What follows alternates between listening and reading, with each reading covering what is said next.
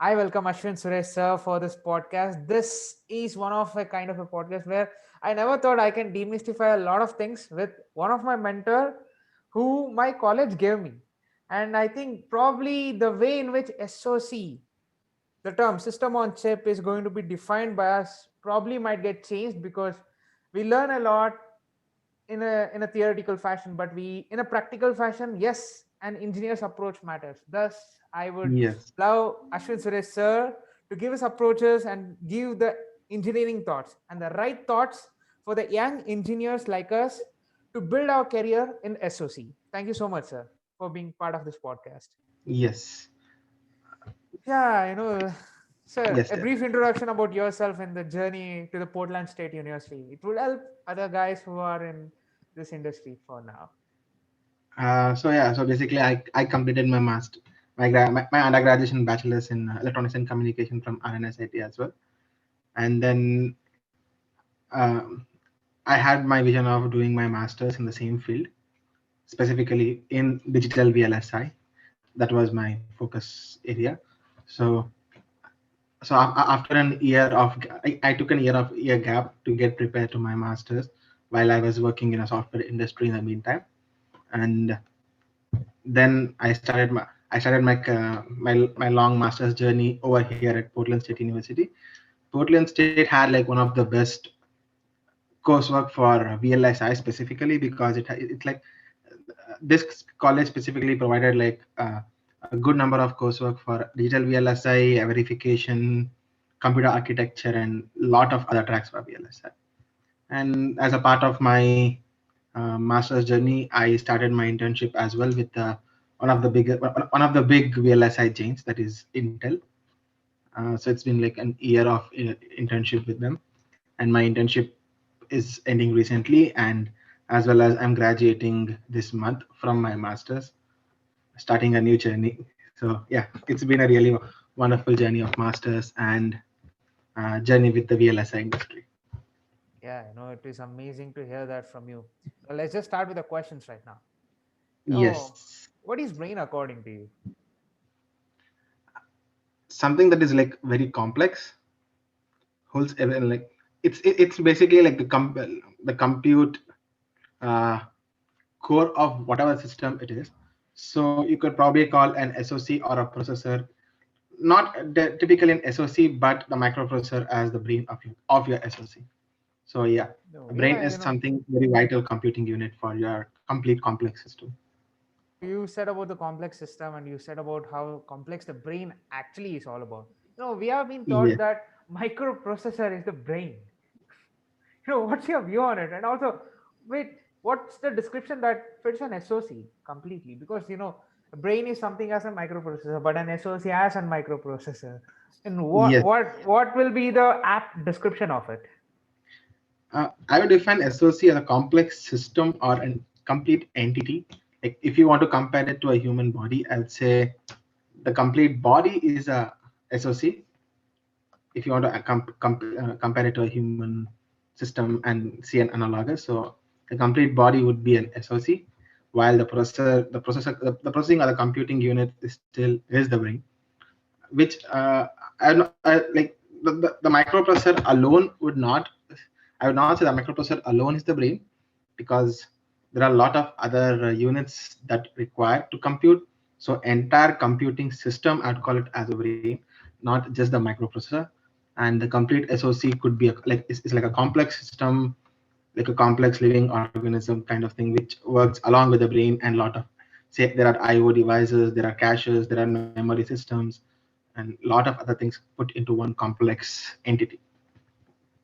Yeah, you told about it's a complex entity at the end of the day. What's Yeah. your view on ASIC, ASSP, SOC, GPUs, GPUs, FPGA?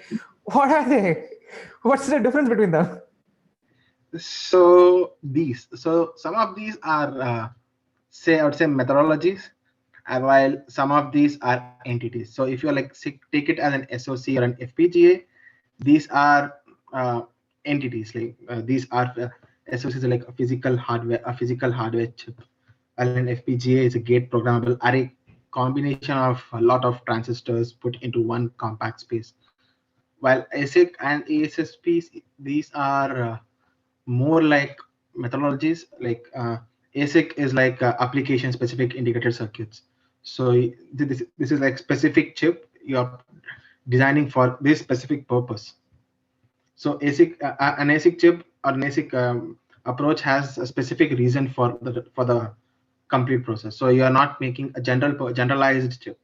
While ASSP is kind of ASIC, but is kind of more generalized chip.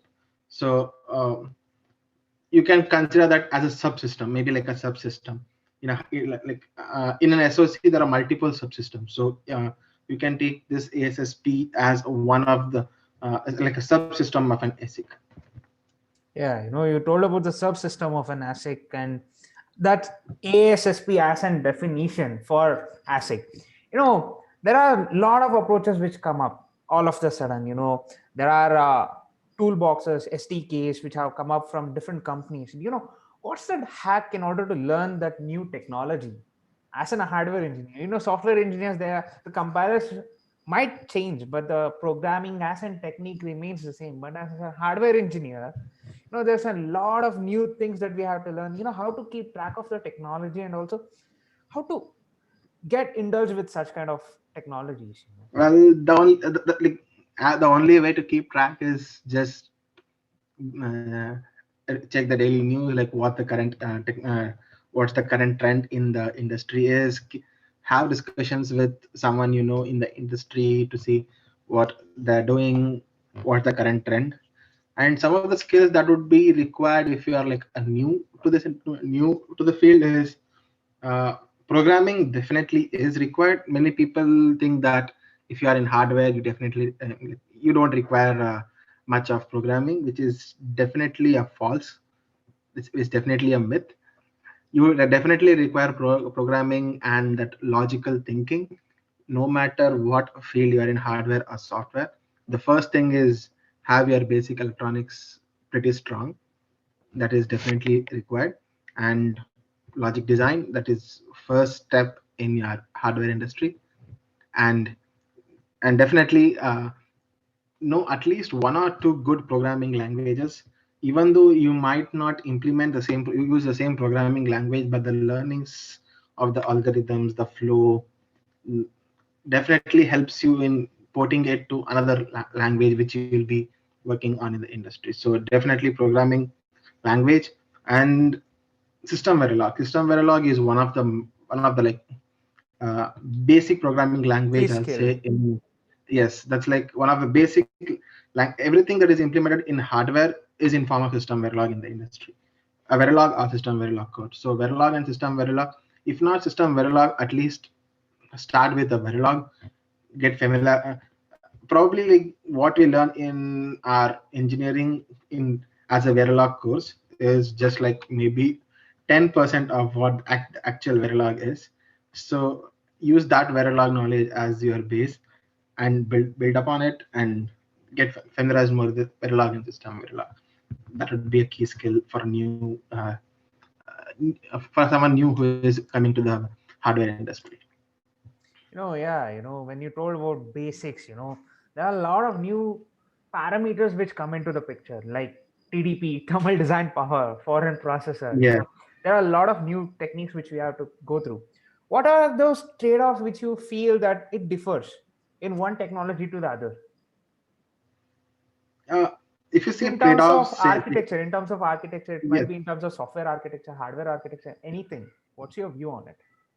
uh, there is definitely trade-offs between each technology, but it's just that you have to see which one are you willing to sacrifice based on what your uh, uh, use is. So just take an ASIC implementation along with your general FPGA.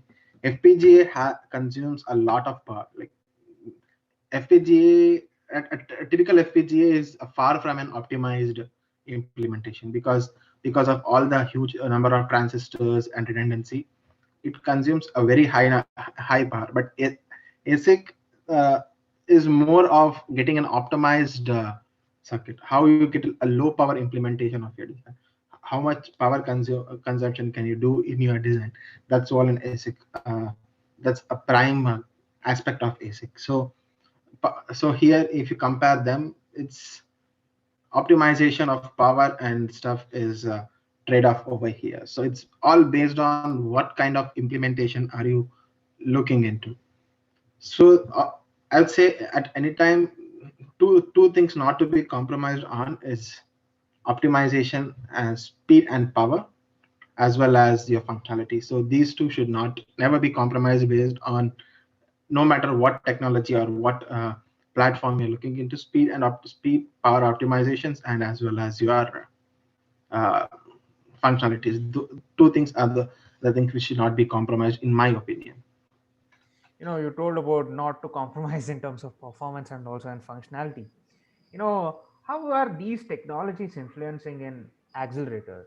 Might be computer accelerators, or probably edge accelerators, which are used for edge computing these days, like TPU, GPUs, edge GPU, edge TPUs, sorry, edge, T, edge TPUs. What are all the influence that these technologies from the prior have had on these?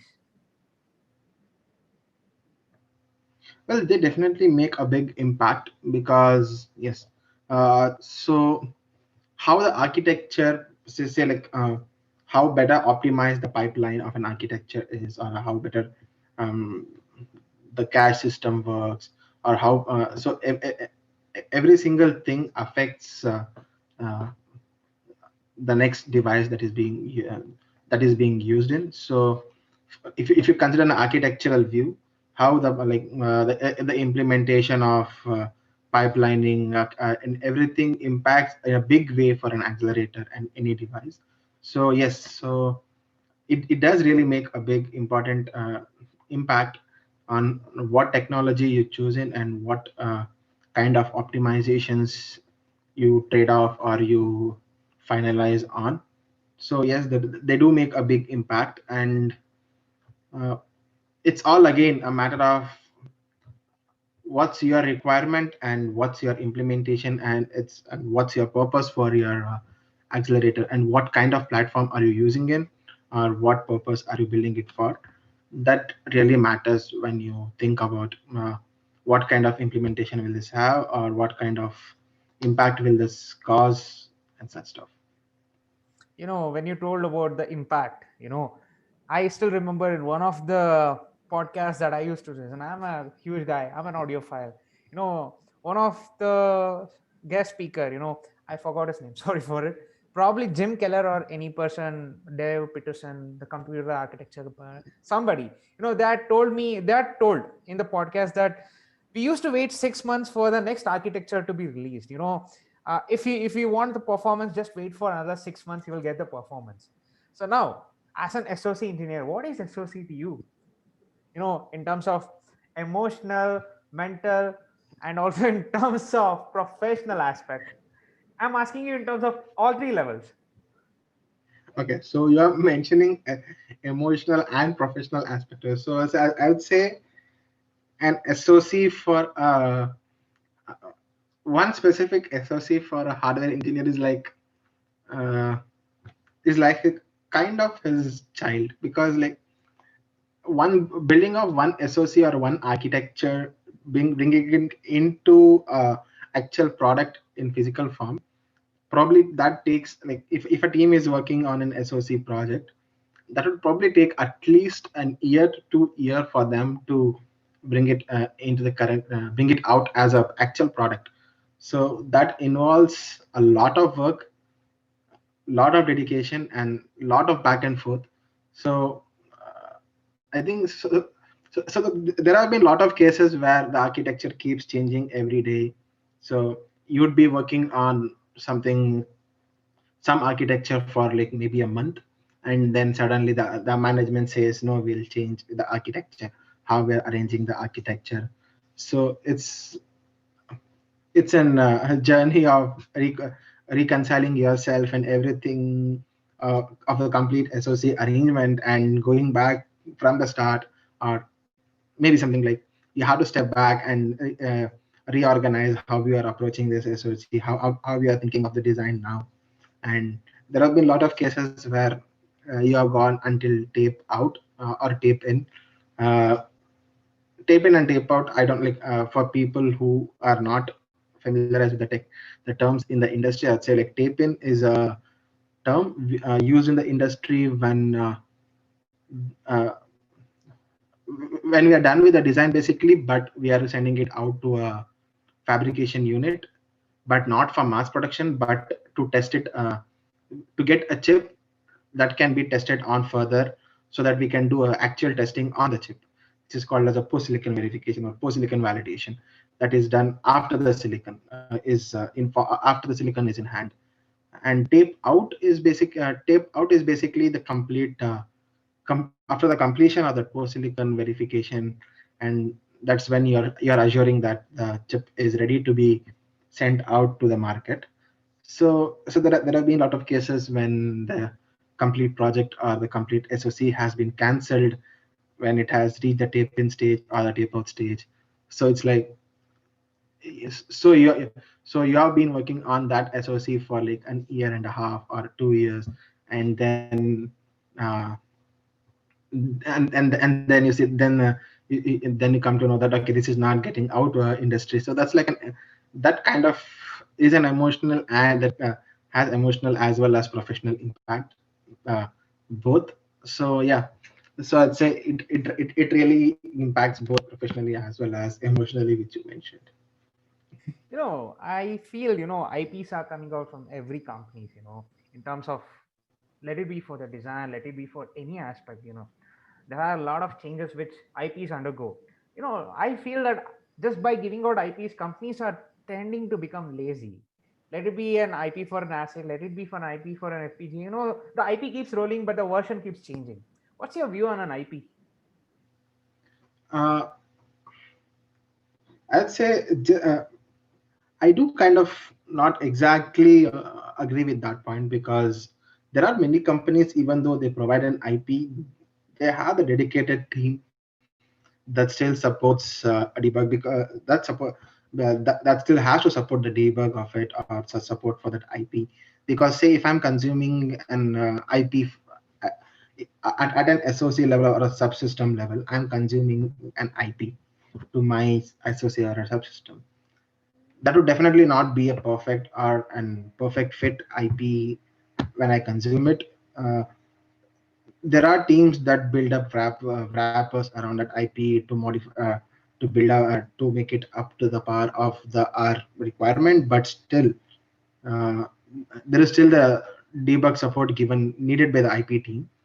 Uh, so yeah, so there are many big companies like Intel, Apple, Nvidia, like they do have they prefer less to consume an IP from a different or a different company or a different vendor, rather than they usually tend to build up their own IPs. There are multiple IP teams designed within the company that are involved in development of these small systems. Uh, so yeah, so I kind of like uh, disagree sometimes, like because like they do provide a long time support is needed, and lot of these companies, that's the reason a lot of these companies have their own IP teams. So you get the support what is needed. And so with release of each version, there are like issues that have been brought up or marked up in the SoC level or subsystem level, which was identified, and that is the reason they come up with the new version. uh, there are a lot of tools like Latent, VCLP, and other things that are maybe like DC tools that is for synthesis, and all those things that mark a lot of issues and that are brought back to the IP team. Um, and they do come up with a solution for that.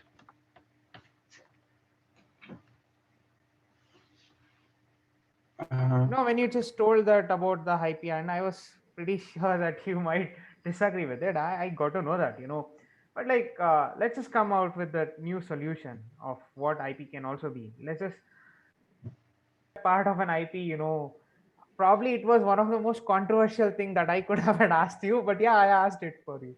No, like you've been in SOC engineering for quite a while now. What's your approach in solving a problem statement? always I would say a well defined statement is like a half solved statement. A well defined problem, you could say, is a half solved problem.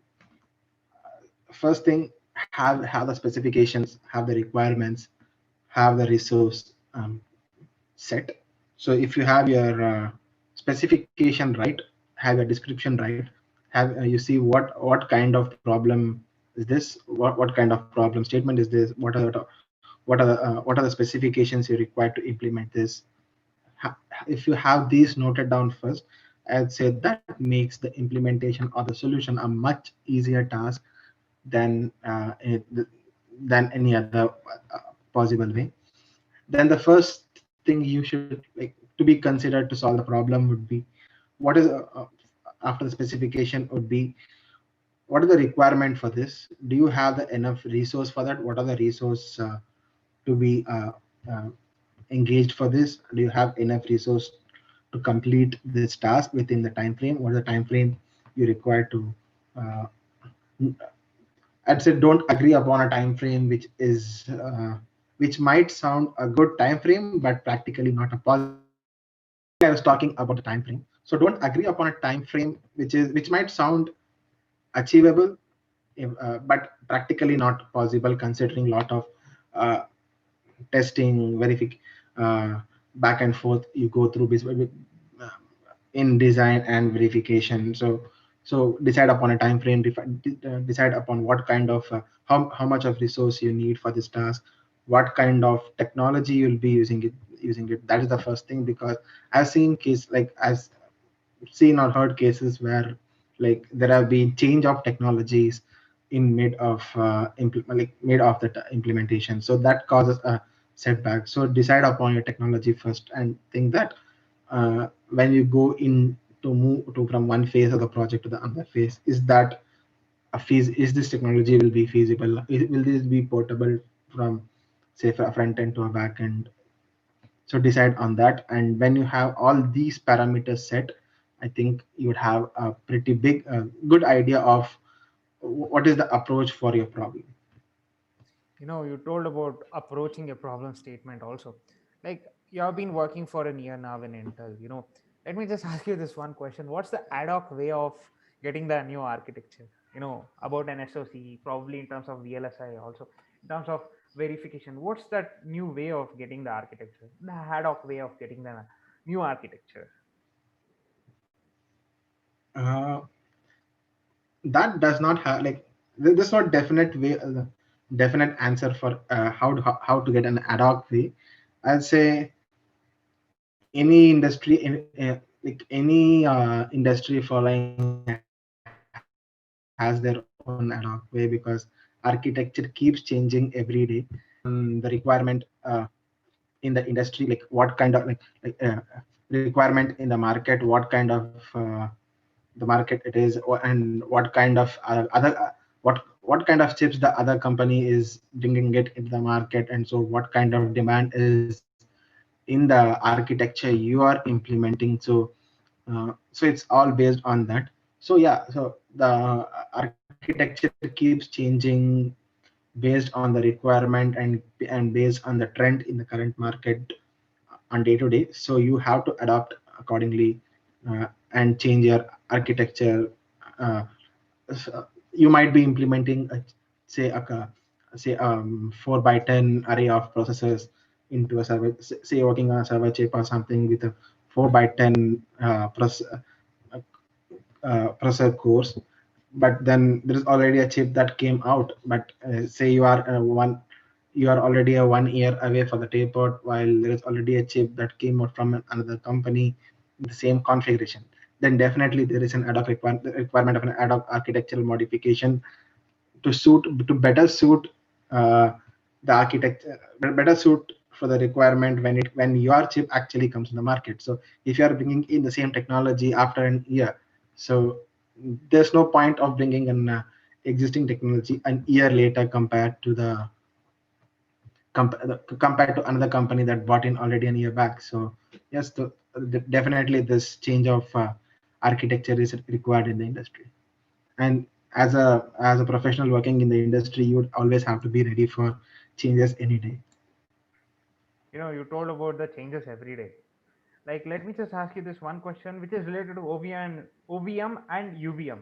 What are they supposed to be, Yes. and what should it have been today? Uh, OVM and UVM both are based on like a, they're kind of a generalized set of methodologies for verification. Uh, they have their like both have their own libraries. The OVM mostly uses a lot of C++ coding as and they are implemented into System Verilog as DPI calls, while UVM is more System Verilog based verification with System Verilog based assertions and all that stuff. And in today, I think I'd say UVM is more generalized approach most companies or most projects tend to use, because having one single verification methodology helps out as having one standard protocol. So yeah, so UVM is kind of one of the standard uh, verification approach in current methodology. It's not about the UVM or the OVMs, but like architecture has been something which is phenomenal. When ARM came out Yeah. with that sort of an architecture, everybody went behind it. And also today, people have their own version of it. I just wanted to ask you this one question. Like, it's not related to an SOC, but it's related to the management of it. Nvidia bought ARM for $40 billion. That's a whopping amount Yeah, of that money, which actually shook the internet by storm. You know, I was thinking, what will be the influence on SOC and any other architecture? You were also you were also about to say something. What was that? And also answer this question. that was, I think, say that was one of the big acquisitions happened in this year, I would say, in the VLSI industry. So Nvidia taking itself being one of a major VLSI company, a big. I'd say I'd still consider it as one of the giant companies in the Pioneers. VLSI. They are the Yes, pioneers. yes, and ARM processors are used everywhere. Like, and the way ARM build up their processors is phenomenal. I'd say it's really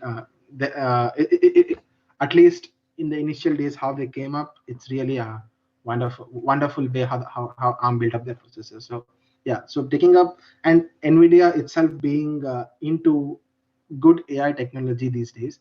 So Nvidia is really doing a lot in AI these days. So yeah, so taking up Nvidia uh, acquisition of ARM by Nvidia, I'd say this would definitely lead to good AI breakthrough in future. So yeah, so I'd say that would be definitely uh, a very good acquisition, as well as something you could look forward in the field of AI would be coming up from Nvidia, I would say probably. When you told about Nvidia and ARM, that was an apt explanation. But like, when I see ARM architecture implemented by different companies in different ways, Texas has its own, Infineon has its own, Cypress Semiconductor has its own. Every company has their own portfolio for that architecture. What's your view on it? What will industry be? About solving a problem statement in the future, and also about the power, clock, memory, and all these kind of issues which we are facing for edge deployment of AI. What's your view on it? Yeah, so definitely, like I would say no. Like as you mentioned, like each company has their own architecture. So it's again it narrows down to a point where what kind of SOC or what kind of implementation they are currently working on, what kind of product they are bringing into the market. So it all brings. So the architecture completely depends based on what kind of chip they're bringing in. So if you are bringing in memory, a system that is inclined more towards the larger memories, so you would have lesser probably, like you'd have more you would require uh, you'd require it to be interfaced with lot of capability, to be interfaced with lot of memory systems, like so the memory interface capability should be very high. while if you are bringing it into something like a server chip where you're more focused on computing, then you'd be focusing on power optimizations, because first thing, if you think about computing, the power consumption would definitely be more, because the number of cores you would still be implementing for such high end computing would be much more. So you would think about how many cores. So depending on how many cores, again you would, your architecture changes, how you're arranging them. So even if one block, if in technically in an SoC, if you are rearranging just one single block in your chip, that would take a tremendous amount of work, because not you're not just moving a block. So that moving one block involves lot of other displacements, and uh, based on that, lot of timing factors changes, how the routing of the device has been now, and how the routing on the floor plan will change in the when you move that on the block. So that changes your timing parameters, that changes how your clocks are, how your clock skews are, how you set up hold time changes, how your uh, power consumption changes. So basically, you'll be rewriting a UPF a little, accommodating to that. UPF is your low power implementation method. So yeah, so a lot of these things changes when one architecture changes. So yeah, so that kind of makes a big deal. No. What's your view on risk and CIS? Because you told a lot about how architecture from different companies will differ, but risk and CIS still leaves the same. When I ask an hacker to give his view on it, I have done a lot of shows offline, but this is my first virtual podcast series which I've been doing. When we ask for an hacker, he says it in a different way. When you ask for a software guy who is working in hardware some or the other way, he says it in a different way. When we ask for a VLSI engineer, he says it in a different way. What's risk and risk according to you, as an SOC engineer? Okay. Like risk versus CIS computer architecture. When we go for different people, there are different views given by them. Like, what's your view on it? Yeah, so many people have this belief that either the implementation is either a risk or either a risk, but which is not actually the truth. Like, the truth is, many the actual implementation is either is combination of a risk and risk these days. It's not just a risk architecture or not just risk architecture. um, as an implementation wise, many software tends to use more of a CISC based architecture. They prefer to use more of a CISC based architecture, while uh, it's more flexible for a hardware to use a risk based architecture in terms of technology. So most, like if you take an ARM processor or anything, they tend to use more of a risk based architecture. And so hardware implementation is more inclined towards risk, while the software is more inclined towards CISC. And it's a in reality, when it forms into one SoC, it's a combination of uh, risk as well as CISC, a mixture of both. SOC has been termed to be in terms of processing, and also it's also flexible, and it's also more of a kind of an elastic kind of a processor which you have on a board. What's your Yes. view on it?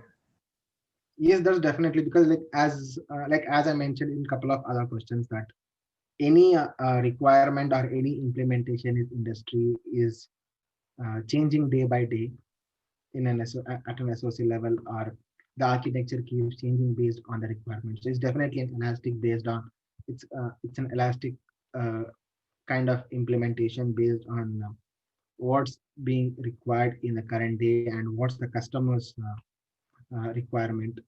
So that's where so that's the one reason where most SoC chips are using ASIC as a base, because that's where you are using your techno you are implementing an SoC for one specific, for this set of specific requirement, for specific application. You are not generalizing an SoC for all kind of implementation.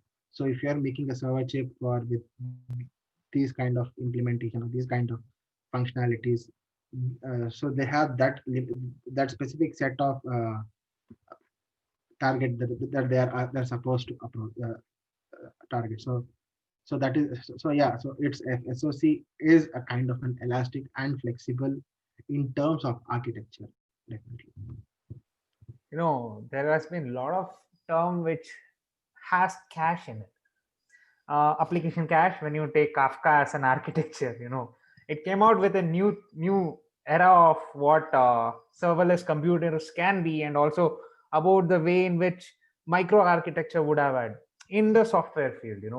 What can cache misses mean to you as an hardware engineer? I'd say that would be a more of a design engineer kind of. Uh, that would be more for a design engineer. Like if you say a hardware engineer, like you can consider either a hardware, a design engineer, or a verification engineer. A verification engineer would not have much anything to deal with what the number of misses do, or because cache miss basically when you say when you take a hardware engineer point of view, like it could either be a design or a verification engineer, like, because you can split them into two basic categories. So if you take a verification engineer point of view, cache miss does not have anything specific to the verification engineer's point of view, because cache miss specifically says how good your cache is performing, what kind, what how well is your cache design, what kind of cache performance it is, and everything. Because lesser the cache miss is means more bigger is like if you have a bigger cache, sometimes you could get a less smaller cache misses and everything. And also if you have a better predictability in your design, if you have a good better branch predictions, uh, your cache performs better. If you have a better paging implementation, if you have a better paging tables and how they are interfaced into a cache, they that improves your cache performance again. So if you have a better pipeline in your architecture, that again improves your cache performance. If you have a better cache coherency protocol, cache coherency protocol is usually used when you're using in a multi-process system. Like there are like a lot of processors using the same single cache memory. So yeah, so that causes data to become corrupt when like there are multiple processors trying to read and write from one single cache. So you have to keep track of what processor is writing what data, and same data will be read again by some other cache, or say a data could be trying to be written by two processors at a time. So yeah, so what kind of cache coherency protocol are you trying to interface over here? So it all boils down to how you are designing your cache and your computing unit around it. So it all comes down to that point. So yeah, so but still there is a minimum benchmark. Most companies or most projects follow that at least your cache performance should be this much. So to avoid your performance optimization, because if your cache miss is too much, that again affects your other performance as well as your timing performance and stuff. So yeah, so that boils down to more of a design kind of an orientation. Yeah, when you talked about design kind of orientation, about the paging tables, everything.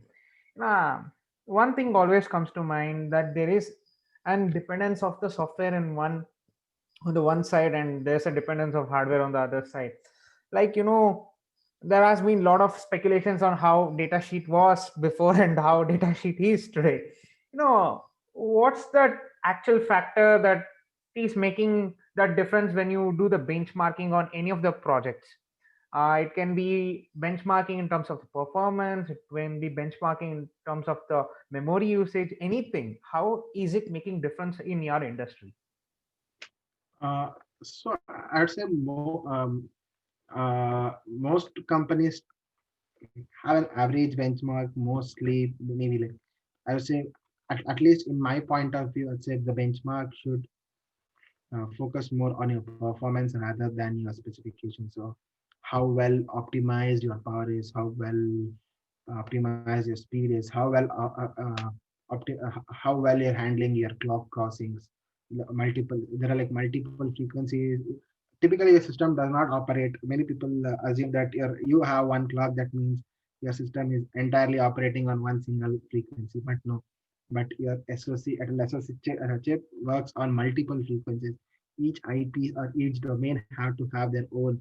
There will be a step down of the clock. There will be a step up of the clock, and so there will be a lot of multiple clock speeds working in that specific chip. So how well do you handle that when there is when there's a crossing from one clock frequency to another without losing any data or any correction of any data, and how well do you handle? So the benchmark would be a combination of all this. So how well are you managing all of these aspects? That's it. There has been micro interpreters which have been programmed quite a while before in order to give us that advanced level of new high level compilers and also high level architecture to one extent. you know what's that requirement that we have today in order to give the edge computing to the world? Full stack edge computing which behaves just like a human brain. Is it the clock, instructions per cycle, memory, or the new ISA itself, instruction set? What's that actual requirement that we have in order to give edge to the world? If it's my point of view, I'll say ISA, new ISA would be definitely required to uh, to have a breakthrough from what kind of implementation we already have. Uh, so yeah, so a new kind of instruction set architecture is definitely required to have a much bigger breakthrough or an edge, something that is leading to a bigger kind of innovation.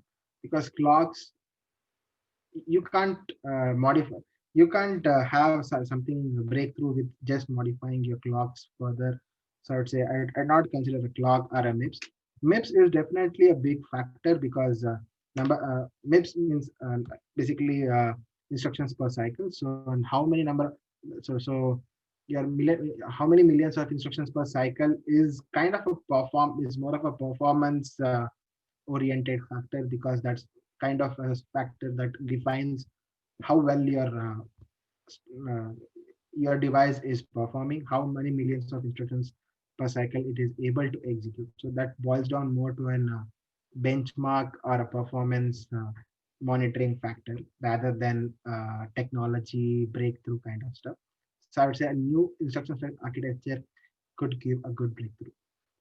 You told about that ISA is more important today. But like when I was learning Pentium, sorry for it, even though we were supposed to learn 8086, I got bored of it and I started reading Pentium. Sorry for it. I hate you, VTU. That's for sure. When I learned about it, L1 cache. 886 is Yeah, definitely a kind of 8086 is definitely a kind of it's a good processor, but it's definitely very old processor. So, yeah, very old processor. Most of the examinations today, when you take GATE as an examination, they still follow 8085, 8086. But as an engineer, you're supposed to deal with something else. I'll say Yeah, they would definitely have to update themselves at least to an ARM processor, I guess. yeah, kind of. Yeah, let me just ask you this one question. There's an L1 cache which is lying on the processor. This trade-off has been there from long time. L1 cache is fast, processor is fast, but the bus frequency and the bus speed is actually the trade-off here. That problem is there from quite a while. It's like probably not a decade old, multiple decades old. That Yes. trade-off has never been addressed at all. Will it be addressed by any of the material science, VLSI, or any technology? According to you, which technology can address it as an SOC engineer? No, I don't think that will be addressed anytime very soon, because that is not something that can be changed or improved that easily. That's definitely a big trade-off point. So, so some of the possible things that could uh, like improve that factor would be how well what kind of technology or architecture, pipeline architecture are you implementing, and some new better communication, like a handoff technologies. Like most of them, you like if you are using what kind of AXI protocol are you using, or an AHB protocol, you might be using an AHB protocol or I2C protocol. Like Intel used to use I2C long back. which I Oh, think Philips came with they the as well. SDK all of a sudden. Yeah, they have as well. I think I moved on. Like many, I think they have as well moved on from I2C. So, what kind of protocol are you using? So that as well helps in managing your bus communications as well. So there are a lot of factors that are required to that that that affect this specific bus speed. So I don't think that could be something addressed very near future. But yes, well, most of the companies are trying their best to work on that as well, because that boils down to the performance again of the system of the whole SoC. So yeah, so hopefully we No, get to see something good in the future. So you told about how it can be addressed somewhere next to another 20 or 30 years. That was your kind of answer. It can never yeah, be answered, that's for sure. But yes. LUTs are there, Petri nets are there, flow diagrams are still being used in some of the embedded system development.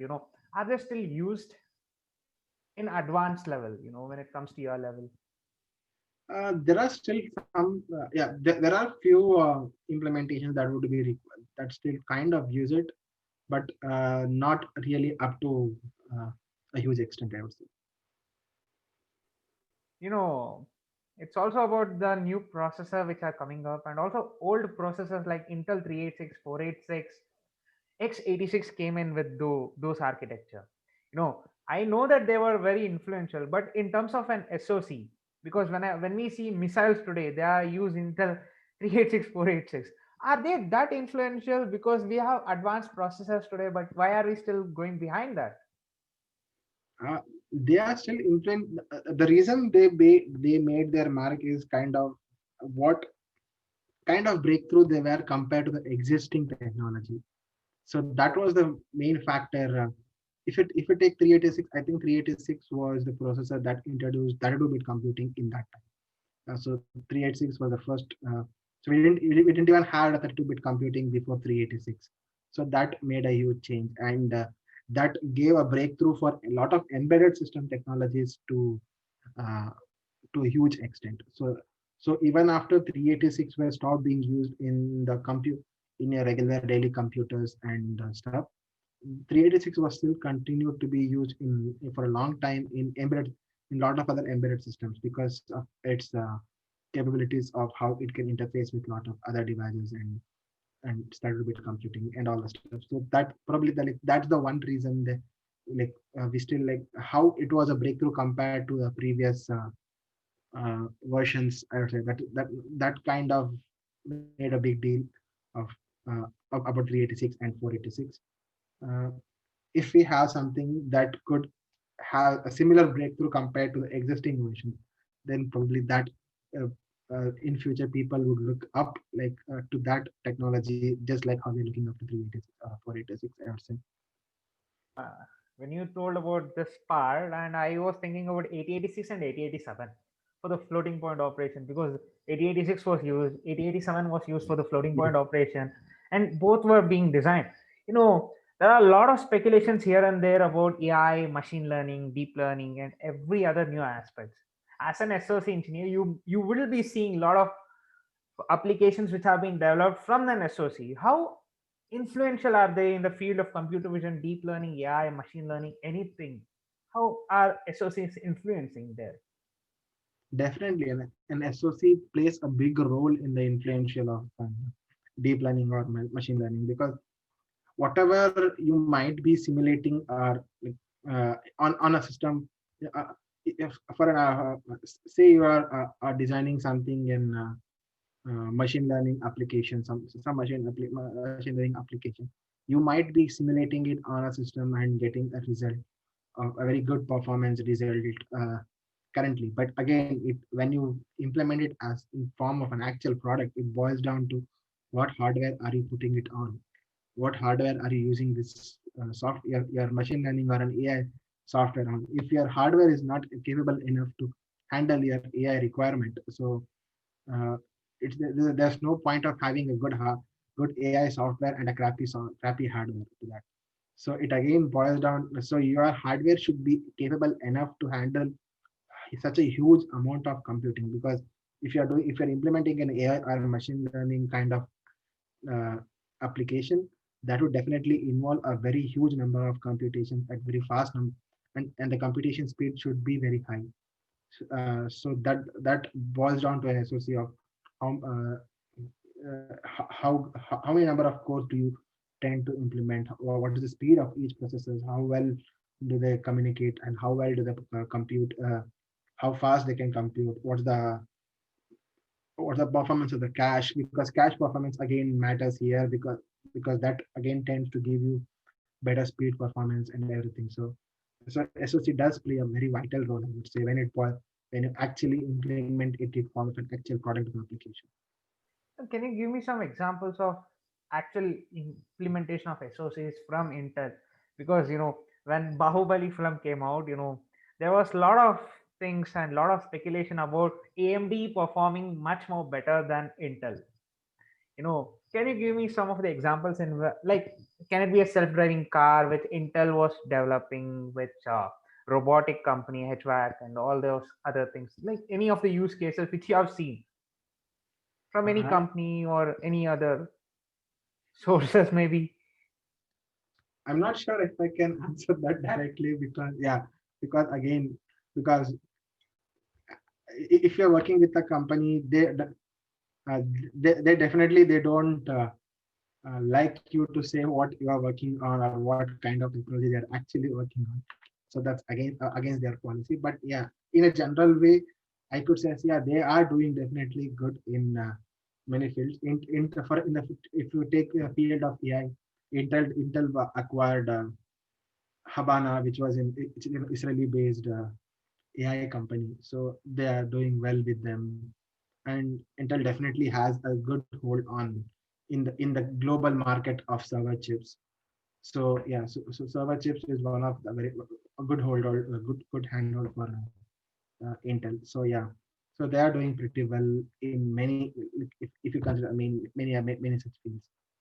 Uh, if you, I think Intel recently launched to the market the Tiger Lake, Mirror Lake, and the other processors, which was kind of a big break, big performance enhancement as well. I think the I guess the Core i9 Gen 10 and all this process implement these kind of technologies. So yeah, so they are kind of a good work, but I don't know if I can point out any a specific project related application or anything of such. I can get to know that legal boundaries which you have as an person who's working in that firm. When you said about the Israel, 50th year anniversary of uh, Intel as an influence in the industry, they celebrated the influence of how EPROM from Dove from and from Israel lab from Intel had given out. When I heard about it, it was something which was phenomenal, because from such a tiny chipset to an SSD, that's the amount of influence what we have. You know, Talking about that influence part, I always have this question: what is that benchmark which says that there is something more when you are working on some hardware, software, or anything like that? What's that one benchmark which you really look at? I'd say in my point of view, that would be performance, because there's always room for improvement in terms of your performance, uh, how fast your system can compute, how much uh, how much of data your system can compute in the given time, or at what speed they can consume, and how low power they can consume, because usually the performance and the power are usually inverse to each other. So if you want a very high performance, you would have to trade off with your power consumption. And if you want a good power consumption, you would have to trade off with your performance. So there is always room for development at over here, where you can narrow this down to get a better performance device, at the same time have lesser power consumption being done. So as said, that is one area where you can always look into for more improvement. Because such an influence Intel has bought, and there are a lot of speculations in which Intel is going to influence in all the fields, whether it be AI, self-driving car, machine learning, deep learning. I feel when I read any of the Atrix data sheet of the FPGA or anything, I feel very amazed about how Intel is giving its data sheets to the world.